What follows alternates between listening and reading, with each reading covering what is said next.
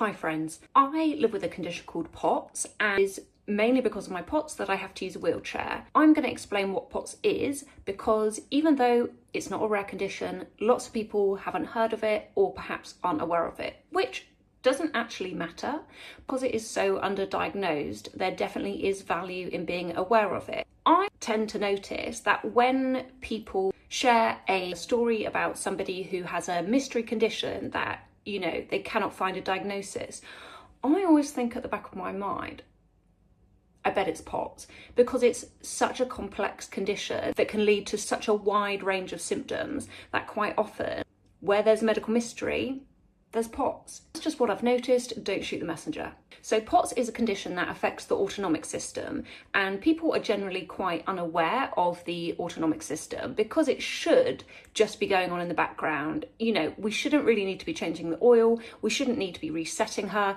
I mean, the clue's in the name, it should be working automatically. The autonomic system controls the things that your body should do automatically, like digestion, temperature control, heart rate regulation, blood pressure, all that kind of stuff that you don't need to think about, and it's not a conscious decision to, for example, regulate your blood pressure. Now, PoTS, there is a dysregulation in that system or a system malfunction. The dysfunction is particularly triggered when one stands up, which is why it's P for postural, O for orthostatic, T for tachycardia, and S for syndrome, and that spells PoTS.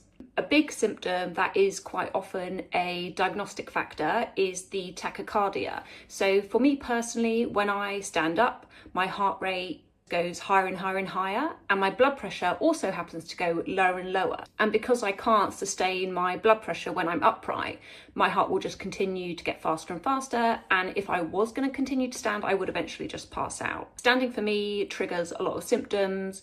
When I'm lying down, that is when I feel at my best. So because of my PoTS, I spend the majority of my time horizontal. I probably spend about 85% of my time lying down. I work lying down. I lie down lying down. If I'm not lying down, I need to have my feet propped up, and if I don't have my feet propped up, I can't really go on for a very long period of time before I struggle to concentrate because all my blood is dropping down from my brain.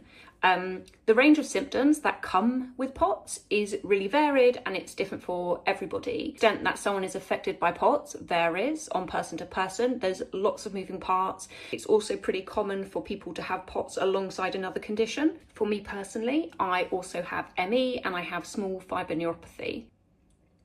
PoTS is really not a rare condition. In the UK, I think about 1 in every 2,000 people.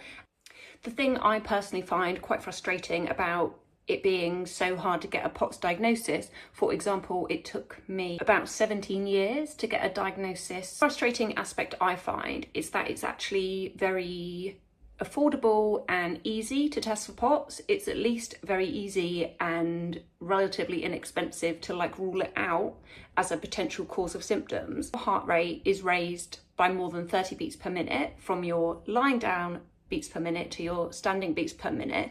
That is an indicator that you could have PoTS. And of course you have to go and have proper testing done in a hospital facility so they can monitor everything, etc, etc. But that is potentially a test that could be done in a GP surgery if the GP is aware of PoTS. The key symptoms, and certainly the ones I suffer with when it comes to PoTS, is fatigue, breathlessness, tachycardia, low blood pressure, dizziness, feeling faint, slow digestion, migraines, headaches, trouble sleeping, blood pooling, controlling my temperature. So I have other conditions as well. Some of those PoTS symptoms could be coming from other conditions, but none of those symptoms are particularly rare for someone with PoTS to have. PoTS can be hugely complicated. It can affect different areas of your body and cause you all sorts of problems. But you can have PoTS and have it relatively mildly and live a pretty normal life.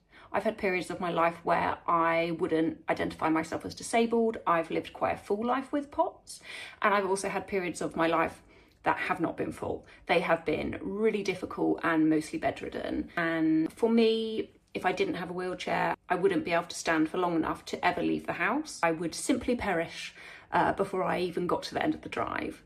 It's definitely been quite a complex and challenging journey to adapt to life as somebody who uses a wheelchair. If you think you might have PoTS, if you have PoTS, if you are interested to learn more, I would highly recommend you visit PoTS UK.